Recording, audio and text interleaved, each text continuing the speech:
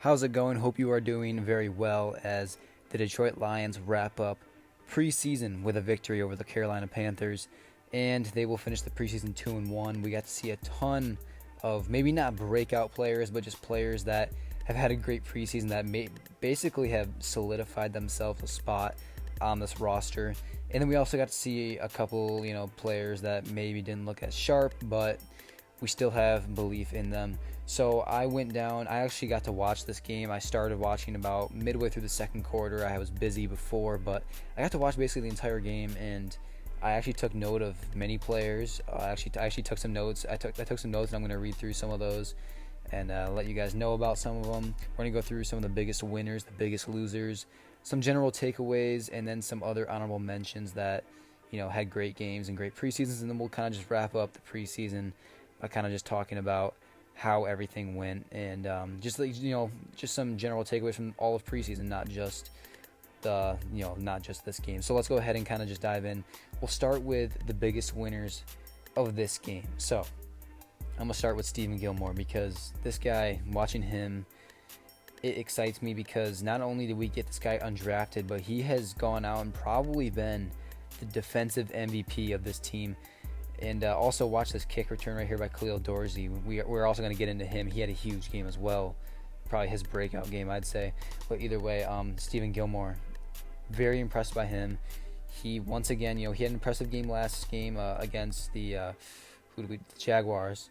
He had his breakout game there, and then this game, he once again just impressed. He had a couple, you saw right there, he had a couple, passes that he gave out. I think he had a couple, like 2 or 3. But man, he was just, every time in coverage, he was right there. And other than those 2 or 3 catches, which is going to happen, every corner is going to give up catches, no big deal. He made up for it so many different times. I mean, he had, I think, like 4 different knockdowns, 2 or 3 tackles, and a pick 6. I wrote that down. The pick 6 was electric. That was towards the end of the game when we needed a big play, and just great coverage. Just grabbed the ball from the receiver. You'll see it in the highlights later. So yeah, just Stephen Gilmore for sure, probably the biggest player of this game, and I think, I'm going to be honest, I think that this game alone should solidify him a spot on this roster, because what he's shown in preseason, even if it is going up against second, third stringers, he's shown that he's got what it takes to be an NFL corner. And, you've seen what guys like Jerry Jacobs can do. He's probably going to be our, second, third best corner, probably third best corner once Mosley comes back. So getting a guy like Stephen Gilmore undrafted, super excited. I really hope that he ends up being something, and I just really think that he should make the team because he looked great and he had a huge game. I'm really happy with him. So we're going to move off Stephen Gilmore, but he by far, I think, had the most impressive game, and probably, besides Jack Campbell, our defensive MVP for preseason. We're going to move on to Antoine Green, because he finally had, I would say, I guess, his breakout game, because, he had like I forget what it was. I think it's right. No, it's not right. This is the Chase Cota flag play, but Antoine Green, man, I wrote it down in my notes. 3 catches, 97 yards, and a touchdown. I forget how long his touchdown pass was, but I know it was over 50 yards. I'm guessing it was probably around 60-ish. But yeah, 3 catches, 97 yards. It's like 32.5 yards per catch or something like that, or somewhere around that. And then plus the touchdown. I mean, that dude, I think, has solidified himself a spot on the roster heading into the season. And I know Dan Campbell talked a lot about his struggles through training camp and how, he's finally kind of starting to come along, and now seeing him do stuff like this and have a great preseason, I think that he solidified that out of between him, Cota, and Drummond. I think that he is the better receiver. I think he's by far got the most potential. So I'm very happy we got him in the draft. And yeah, I'm excited to see what he can do, because I think he's going to make the team, and he finally had his big game, and I'm very happy for him. So yeah, Antoine Green, huge game for him. Happy to see that. Chase Lucas is the third biggest winner, the final biggest winner, I guess. He also had an interception, and probably a touchdown saving interception as well, because he dove. I mean, if you would have, it's probably, I don't think it's shown yet. It's right at the end of the first half, I should say. It's right at the end of the first half. He made a diving catch into the end zone, and then we ended up scoring on that play, and then we ended up getting another field goal later on. So it was really, kind of the turning point. When I watched this game, I kind of, saw that we were down 10-0, kind of started to come back, and all of a sudden we just flipped a switch, and we were just dominating the whole game. I think, Adrian Martinez kind of had a couple drives that stalled on him, but we were dominating this game very well. There's the interception right there. I mean, just an insane diving catch by Lucas. And not only that, I also wrote down. He had the huge pick in the end zone to kind of end the half there. This also ends up leading to a touchdown. I think the touchdown, forget who was it. I guess we'll find out. I forget who had the touchdown after this. But, it was Antoine Green. Yeah, I wrote it down. Leading to the Antoine Green touchdown. He also had many tackles. Then he had a couple knockdowns as well. Just watching him play, I mean, he had some really nice tackles as well. There's that Antoine Green touchdown. But Chase Lucas, man, I mean, we got some corners that we're going to have to cut a few. And I think Chase Lucas and Stephen Gilmore, I think that by far they have probably solidified themselves a spot. Now it kind of just, you look at Starling Thomas, a guy like him, is he going to be able to make the team now? Because I don't know if we need another corner. And if we do, I think Starling Thomas for sure should make it because I really like him. He's good. But I'm starting to kind of like Stephen Gilmore and Chase Lucas a little bit more. So I'm really happy with how Chase Lucas played. He definitely had his best game. And getting that interception was huge and leading to that touchdown and then another field goal later on as well. So awesome play by Chase Lucas and great game from him. Great preseason from him. Now we move into the biggest losers. So I couldn't really think of a ton, but one of them for sure probably Nate Sudfeld, because not only did he get carted off the field, but I'm thinking that his time in Detroit is probably coming to an end. And if he stays, it's probably more than likely he's probably going to be on the practice squad. Martinez has looked pretty good. Wrote that on my notes. Martinez looked solid. Wasn't great or anything, but he looked okay. And then Sudfeld, obviously the injury, we don't know what's going to happen with him. So it's not looking good for Nate Sudfeld. But I think most Detroit fans are kind of done with him anyway. So we're going to move off Nate Sudfeld.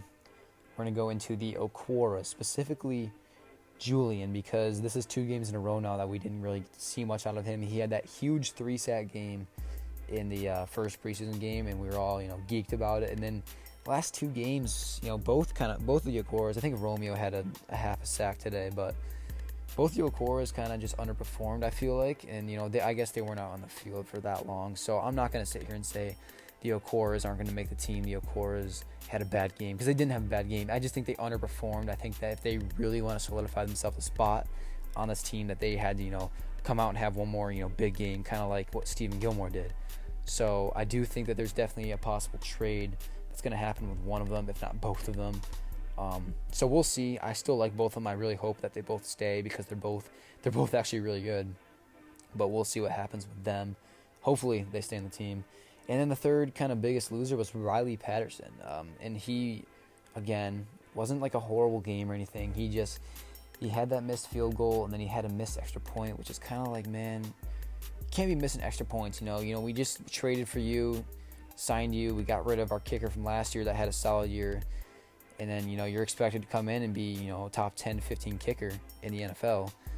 And, he kind of just, he went 2 of 3, and then he also, missed that extra point. But I wrote him down because, you can't be missing extra points. And, field goals are important. Any point in this league is important. We saw that last year in the Bears-Lions game, where we ended up beating the Bears because the Bears ended up missing an extra point. So it all comes down to points at the end of the day. And yeah, so I wrote him down because, the missed field goal, missed extra point, no big deal. I'm not worried about him or anything. I'm not going to say, oh, we should have kept Badgley or whatever, but I wrote him down because of that specifically. So not a horrible game from him, just, got to get sharpened up, and he'll be great.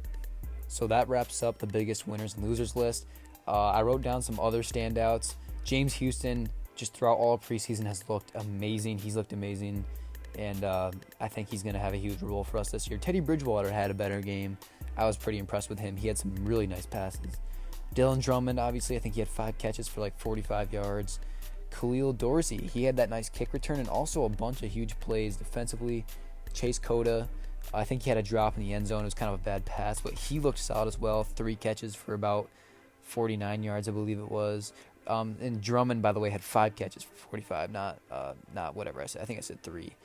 And then we also had Brady Breeze, who I was pretty impressed with, another safety that actually had a really good game as well. I saw him making plays left and right.